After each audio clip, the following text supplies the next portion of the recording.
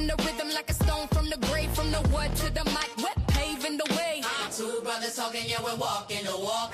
Faith on the beat, real talk, no chalk. Bounce to the truth, let the speakers unlock. Two voices, one mission to spark. Light in the dark like a flame in the park. Two brothers talking, let the journey embark. All right. I think we are good to go. We're live. And we are two brothers talking still. Fortunately. Still talking. Still two brothers. Yeah, I do proclaim to be a brother, so and I'm talking. Yeah. So I feel like my label's right. Did you drink coffee? I'm drinking coffee. If I didn't get that cup of coffee, we would not have a good episode. Two brothers doing something else. It would have been bad. Yep. Would have been bad all around. Well, how you doing this morning? I'm doing good, man. I'm doing good. Ready for this Christmas season to come on. Okay. Why are you doing good? I'm doing good because with Christmas, I get to spend time with more of my family, and it's gonna be kind of it's not like the same Christmas, when you have really young kids and you're buying gifts and you're trying to catch all the sales and stuff. Now Christmas is kind of like, it's a lot slower. It's more peaceful. It's time with family. And so that's why it's good times right now. I like the season.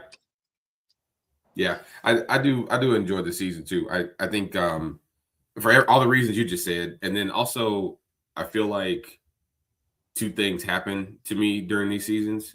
Typically, like one of them is opportunities tend to come up in this season for some reason. Like, and I think opportunities tend to come up because of the second thing, which is I think this season gives people time to think.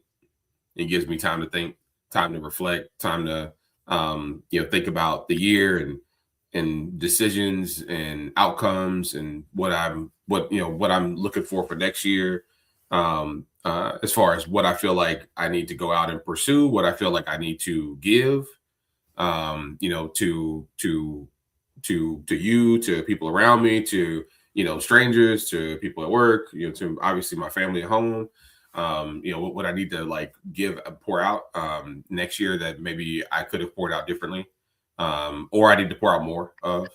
Yeah. So, and then also like makes me reflect on self. Same thing. Like, what do I need to pour out to myself? So this is a good time for reflection, and Yep. I think that's probably my favorite part of this season. And that does make this season sometimes a little fun. Sometimes it makes it challenging, or both. But I think that's kind of par for the course. So you kind of start that up in December. I know a lot of people do that in January, where it's like the new year, new goals, new vision. You kind of started towards the end of this year? Yeah, I actually started in November. Okay. So Thanksgiving is usually my marker to start, getting more active with my notes about all those things I just mentioned. That's good. Yeah. That's good. So I try to start it in December, or in November rather, just around Thanksgiving or before, and then I let it flow into December, and maybe first week or two of January, and then at that point, like the main parts of the things that I've set out for 2026, for instance, they're already locked in. Gotcha.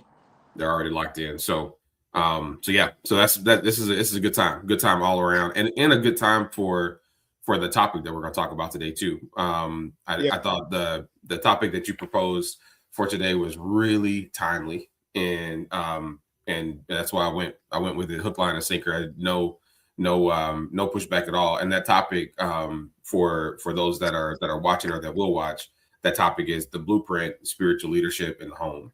And this is, you talk about things that you want to do better or want to do different, or you'd like to experience in the new year. Like this is probably about as important as it gets. What you experience at work, like all of those things, what you experience, with maybe extended family outside of your home, those things are all, they're all important, but they're not near as important as what you do in your house. They're just not. And they're so the lifelong lasting impacts of what we do in our house is what makes that so. So maybe just to kick us off, since you had proposed the topic, I feel like you have a real good vision of like why this was important to you. Can before we dive in, can you share a little bit about like why this topic resonated with you so much, just so folks know, why this was so heavy on you? Yeah, I think like you kind of along the lines of what you just mentioned is that it's very, very important, and it probably gets neglected in a lot of homes in different seasons. Sometimes you have seasons where you're locked in spiritually and you're leading your home well, and then you have these seasons where you're not. But it's probably one of the most important things that we do as men, as believers in Christ. It's very important.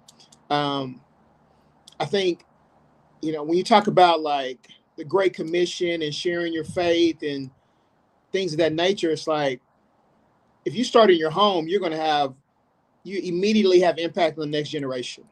Right. Like, as a person who used to be a pastor, you kind of place hyper focus on being in a pulpit, but like what I do with my children exponentially probably is more important, because like I can go preach a sermon or something and them people not gonna remember it 30 minutes from when they leave that building. That's the reality of it.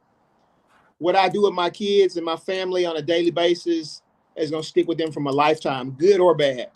So that's one reason why this topic is important to me.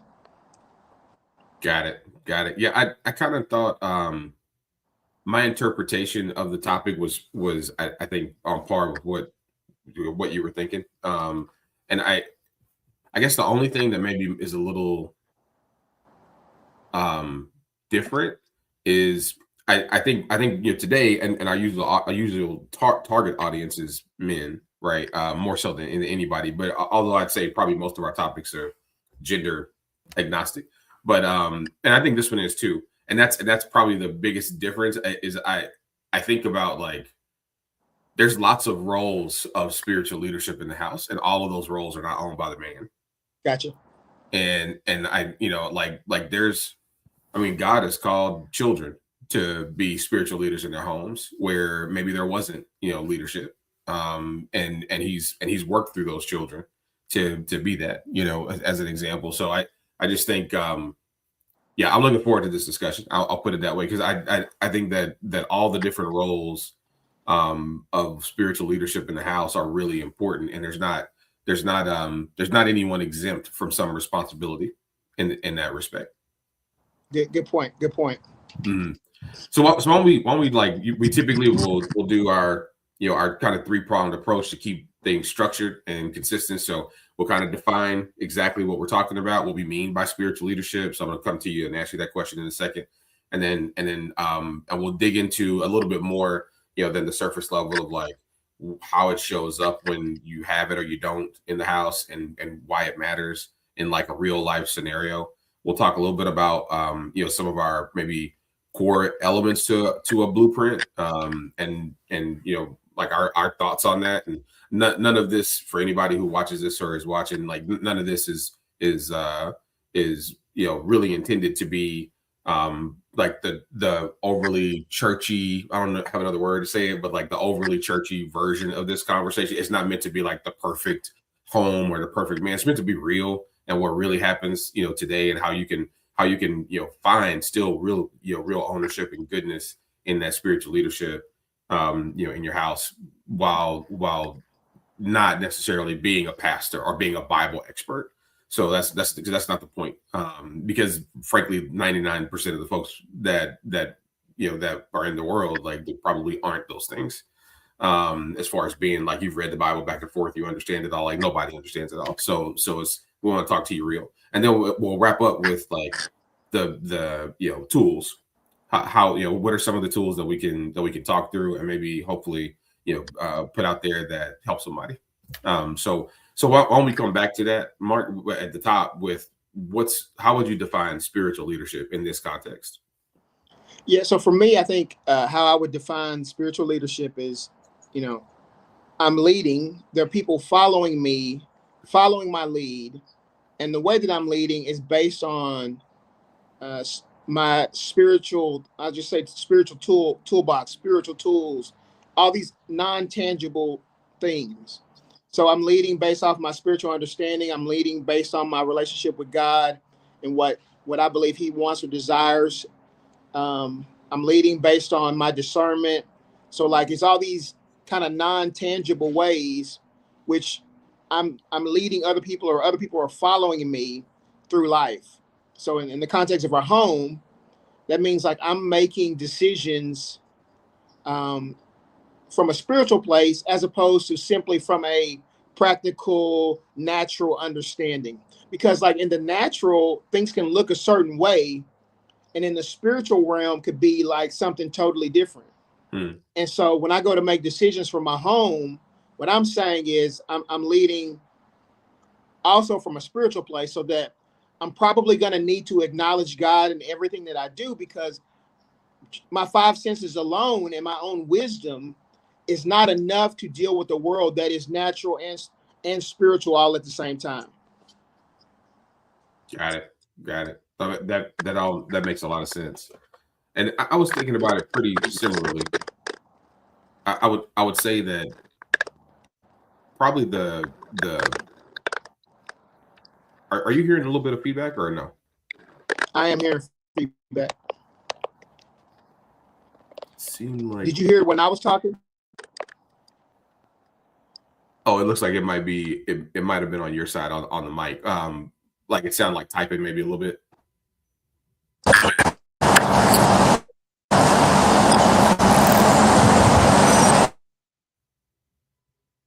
All right, I'm gonna mute Mark for a second until he's able to get back on. But I guess just to keep us going, like Mark gave his definition, and I think that aligned mostly with how I was thinking about it. But like spiritual leadership on another, like a more simple perspective.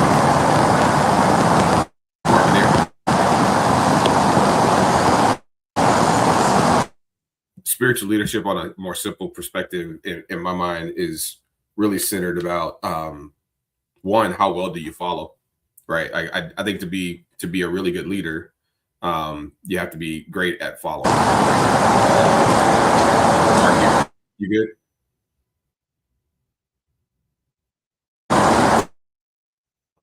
All right. I feel like we're in a AT&T T-Mobile commercial right now. Let's see here. All right. So yeah, I feel like the spiritual leadership piece is in the home starts with like, how well do you follow? Are you following? Are you an example of somebody who's following a routine that and a set of beliefs that are consistent and clear with the Bible? Are you following some other set of beliefs? Like how well do you follow before you get into leadership and you start talking about what sounds like glory of the role? Like you got to first be able to give away all glory. Like to be the best leaders in my life that I've been around, no matter what format, your home, work, or like whatever it is, church, they all have been great followers, and they've been able to showcase, understanding of the word and an understanding of what it takes to be humble and to showcase like humility and love and grace toward people. And since they could do that, then they almost like position themselves to be followed as leaders. So that's one way I kind of look at it. And then the other way is really centered around like once you've done that part, when you do get people following you, whether it's your wife or your husband or your children, or colleagues at work or friends, when they follow you, do they, are they seeing what you intended for them to see, and is what they're seeing really you? Like that. So it's kind of like, are you a good follower? Is what people choose to follow you for consistent, and is that really you, or are you just faking it? Right? Like there's a lot of, I think I've been around plenty of people, whether in every environment where it's like, I can tell that their real walk isn't what they say it is, right? And that walk is for likes and for accolades and to be followed, but they don't want to do the following, right, by actually walking the walk. And when you can follow a value set, you're going to walk the walk. And I think that's probably the most important part of leadership is that you actually showcase the walk. And I guess the last thing I would say too about leadership is in the home. I feel like leadership in the home is basically like really focused on being secure and being a common force. So are you the type where you are in the room and people get more excitable and more anxious, or are you the type where you basically get to a place where you make everyone else around you like excitable in a negative way? So leadership to me also has a sense of calm and stability about it. Like your leaders tend to be, one way I've heard it said is leaders make the weather in their environments, and then the followers kind of get the umbrellas out and adapt to the weather. Like that's so in different in your home, you should be making the weather, and everybody's accountable to make the weather. Like it's not just the man's job. Like sometimes the woman in the house needs to do that. Sometimes the child in the house, once they get to a certain age and understanding, they need to not actively try to create bad weather. Like they need to create good weather, and they only do that when they see that demonstrated in front of them, right? So Mark, I don't know if you were able to hear that while you were kind of cutting in and out, and I cannot unmute you either. So looks like you might be having some technical problems, but I'll leave you in while we kind of move forward, just in the sake of time. So we talked about, we just kind of defined like what leadership looks like in the house. Mark, I can hear you now. I'm here, Burrell. Do you think it's on my end or is it on yours, or is it the platform? So far the platform and me have been on and good. So basically I think like now we kind of shift into basically why this matters and what's behind like the day-to-day impact of spiritual leadership in the house, or maybe the lack thereof. I think like just a short and honest look at how this shows up in a really bad way. You're going to have in the house, you're going to have confusion. Confusion in the sense of like, what are we doing? Like, what are we about? Who are we? You're going to have what I would refer to as this level of anxiety that's maybe a bit undefined. So you've got basically, a scenario where you've got people in the house who are, just unsure, and that uncertainty makes them very anxious and makes them maybe a little volatile. You've also got situations where maybe people are rudderless. Like a ship has a rudder, and the rudder, those of you who don't get that analogy, like the rudder kind of determines where a ship goes and in which direction.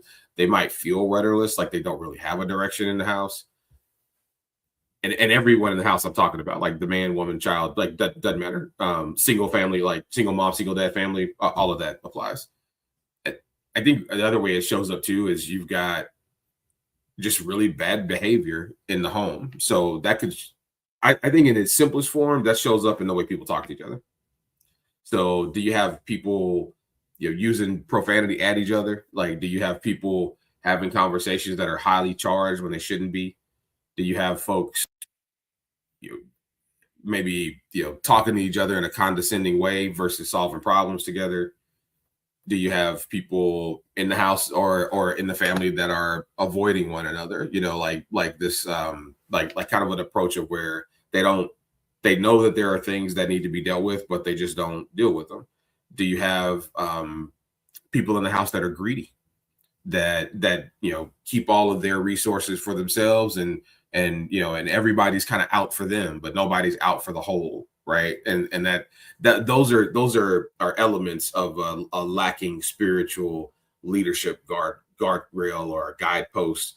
And that's really all spiritual leadership is. It's a guidepost. Like it's not a ironclad set of rules, because you can try to run your house like a kingdom, but let me tell you that doesn't work. Like, it's your house is just an extension of God's kingdom. So it's not your kingdom, it's his, and your job is to lead it, if you're in it, and in whatever role you have.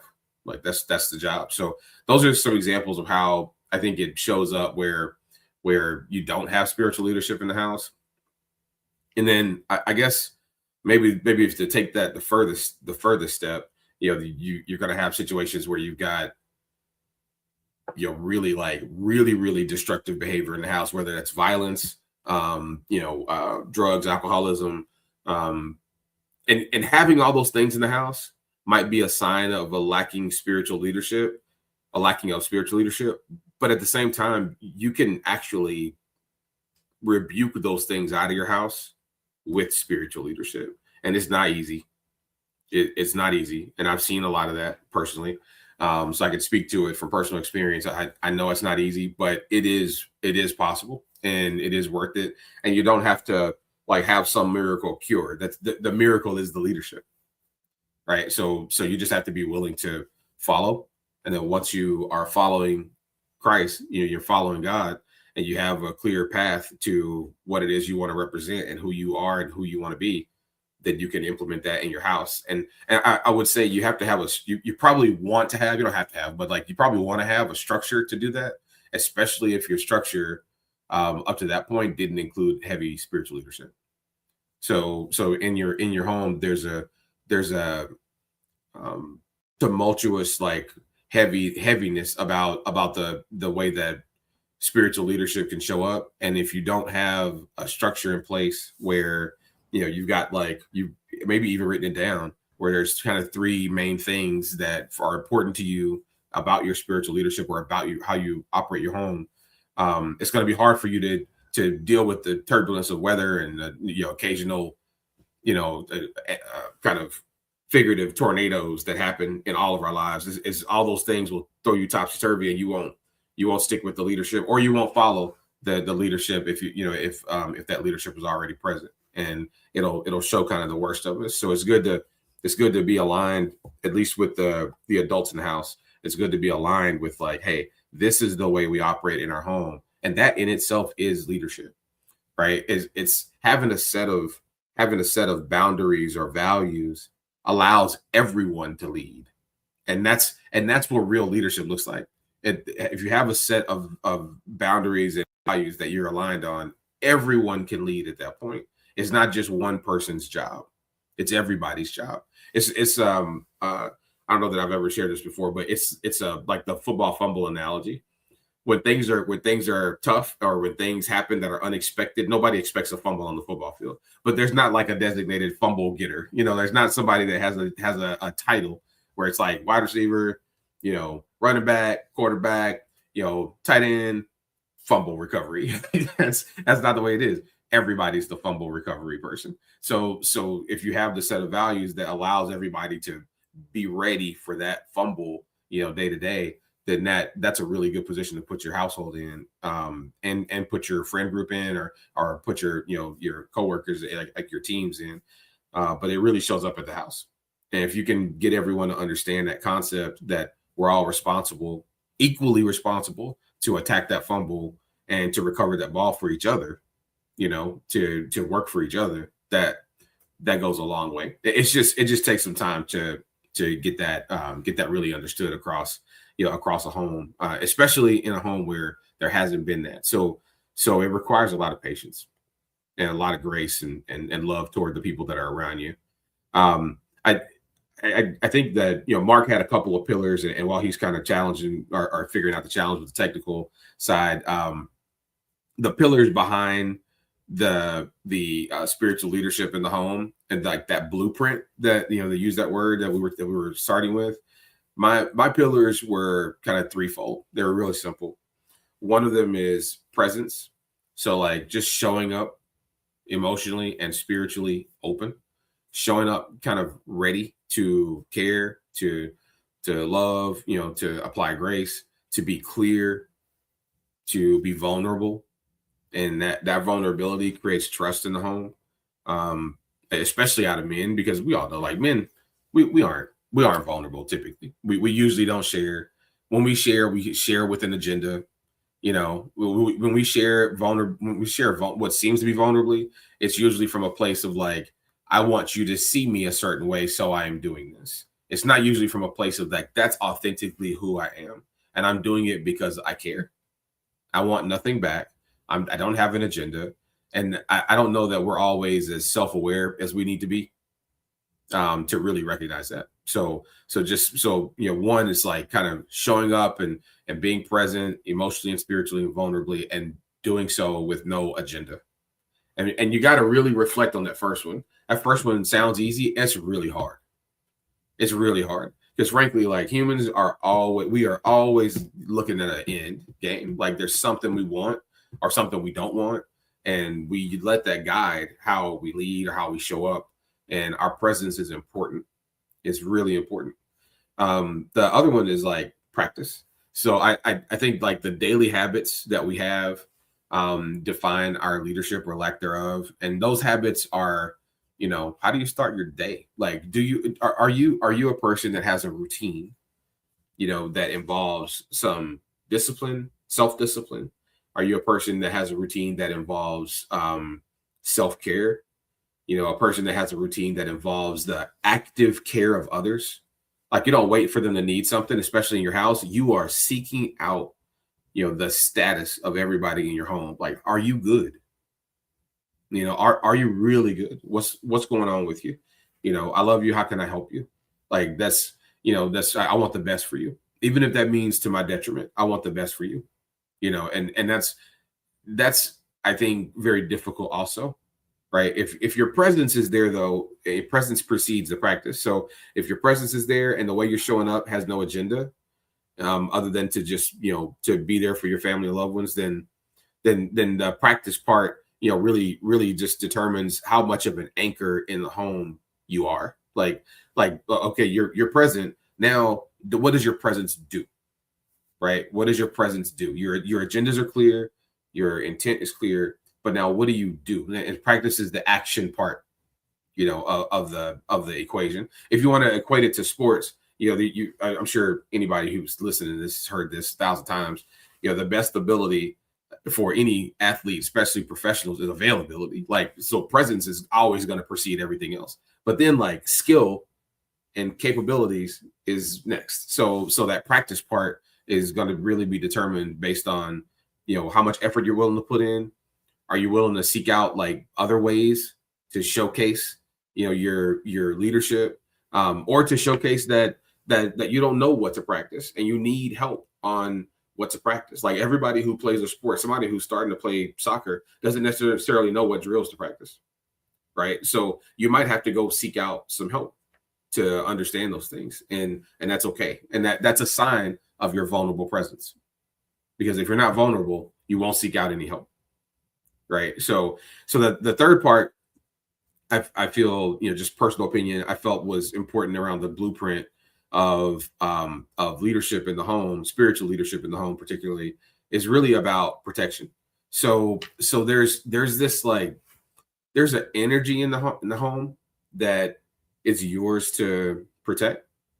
And then there's a value system in the home that's yours to own and to protect. And then there's the the general atmosphere of the home that I feel like is sometimes really difficult to protect. And the atmosphere and the energy in the home is something that's so intangible. You might not always see the status of that. Like you might not always know how the atmosphere is doing or how the energy is in the house, but it's really important to understand that, because the energy and those little crevices in the barrier around your home, that spiritual barrier around your home, those little crevices is how things start to crumble, right? Like your kid is up in the room, your kid doesn't ever come out of their room. You let them stay in that room, and their door's always closed. They're cut off from the world, and now they're in there happy one day playing video games or whatever they're doing on their phone, you know, talking to their buddies and having a good time. And then, you know, 2 days later, because you haven't really gone in the room, or you don't want to be that parent.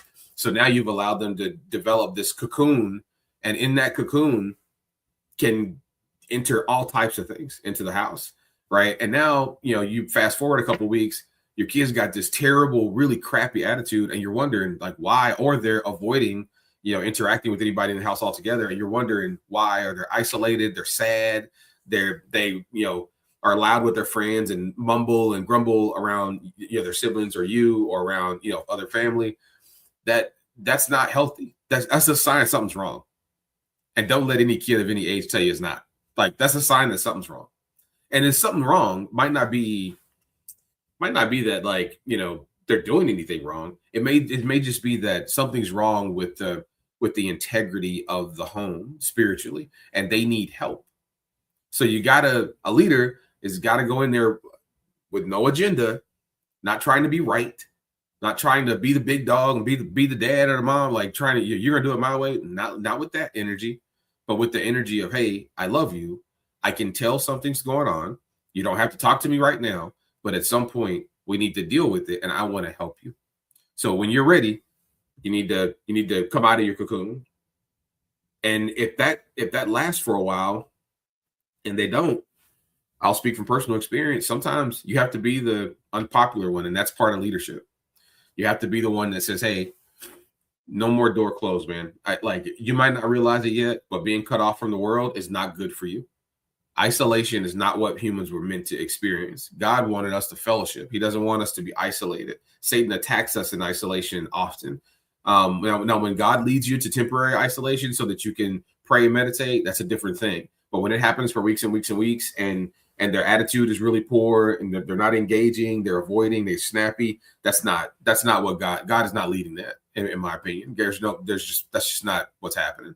So you have to be willing to be unpopular, and you have to be willing to maybe say the thing they're not going to like. And that might mean, hey man, this door stays open, or hey, for dinner, like you need to come out of your room with everybody else, and you need to come downstairs to eat. And if you don't want to talk, fine, but just presence. It takes them back to your presence, right? And if they can just be in your presence for a while, and you have the right leadership energy and agenda, they'll come out of it. But you can't force it, and that's also part of leadership. Is like you're setting a value system and a goal and an outcome, but you can't like force it all to make it happen. That's that's a dictatorship. That's not like real spiritual leadership. So there's some balance there, and I wanted to use that as a real example of something that all of us with kids have experienced or are experiencing right now. And you have to be willing to without being mean or angry, you have to put that anger aside and put love in its place and grace in its place. And love and grace are also firm. Love and grace are not soft, right? Love and grace are also firm, and they come with some boundaries. And that's part of spiritual leadership and part of protecting the sanctity of your home. So just to recap that, like the core blueprint, if you will, that I'm proposing for you to think about is your presence, how you show up spiritually, emotionally. It's basically the weather that you're creating, right? The practice, like, do you have daily habits that showcase your value system, that anchor the home, that encourage others to demonstrate those same things, and also protection. So when are you protecting and guarding the atmosphere, the values, and the energy of your home, right? And just to be real clear, like of your home, I'm referring to wherever your family is. It's not the house or the apartment or the townhome or the duplex or the shack, or it's not any of that. It's wherever your family is. Are you protecting that, right? And the job of doing that changes over time. As your kids get, my kids are all getting older. So 2 adults and 1 about to be an adult. So it's like they're all certainly getting up in age where my leadership role is different. And how I mess it up is also very different sometimes. But it is, it does morph and change over the years. And that leads us in a place. It goes back to like good leaders or good followers. You have to be a seeker of information, a seeker of like, how do I lead better? How do I lead now that my kids are 25, 22, and 19 versus how I led when they were 10, 13 and 16. Like, am I leading the right way? Right. And having those, being able to question yourself, really reflect on it, that vulnerability, it starts with self. Right. And when you can do that, and if you have the gift of articulation, if you can share that emotional journey with your kids, it will like be one of the best leadership tools you could ever have, because they might veer here and there, but like they'll come back around, they'll pick it up, because you not just told them, they didn't just like watch you go from point A to point Z and like, oh well, mom and dad got there, wow, like they look at them now, but that looked easy. Like, no, it's not easy, and you kind of have to tell them why it's not easy, as they can understand it. So how you share that with a 5-year-old is different than how you share that with a 30-year-old. But nevertheless, I think you kind of get that point. So some of the ways like that you can, like tools that you can, go and apply or assess your spiritual leadership in your home with. So I'll lay a few of those out based on kind of what me and Mark talked about. So number one, I would say one tool is just reflection.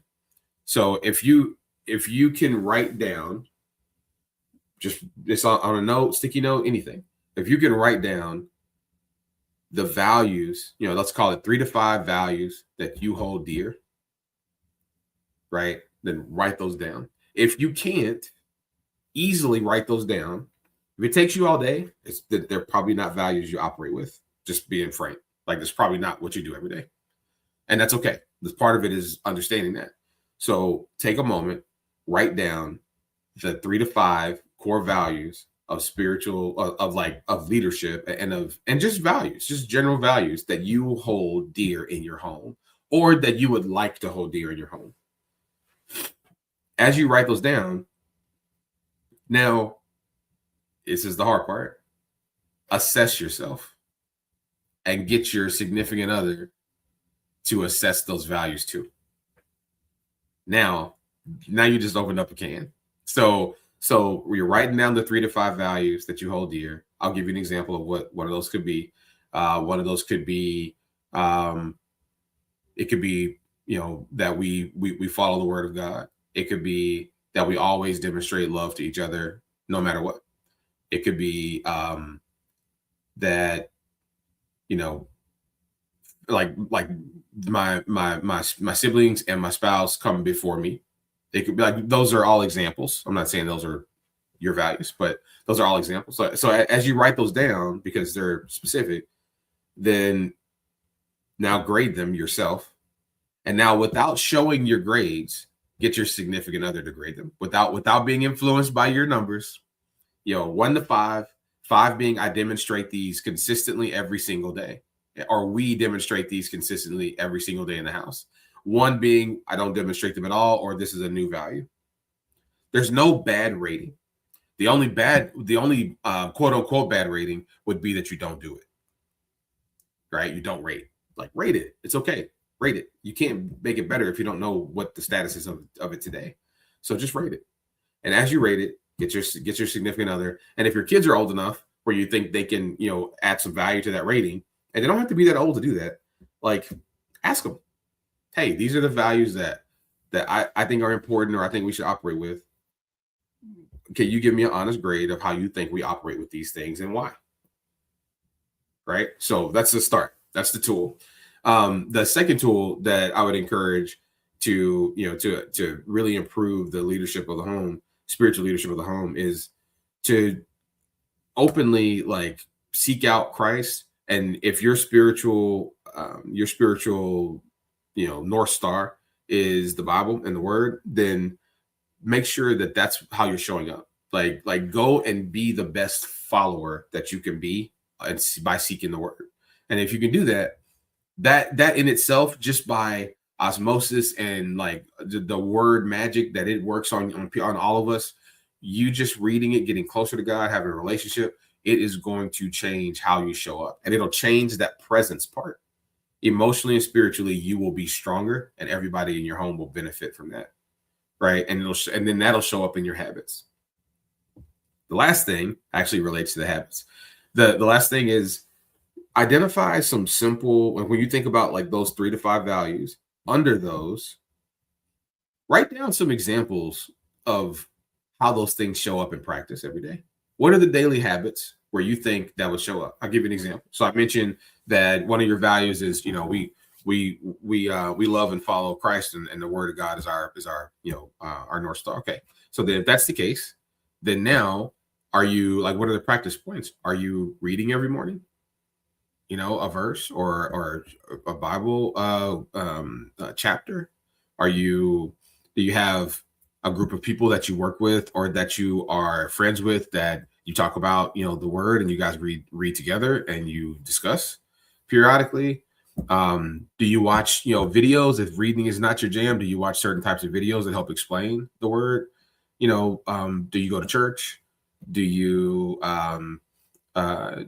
worship in some other way? Right? Those are practices. Do you talk, and when you think about in the home, do you discuss the Bible and the Word with your family in a constructive way?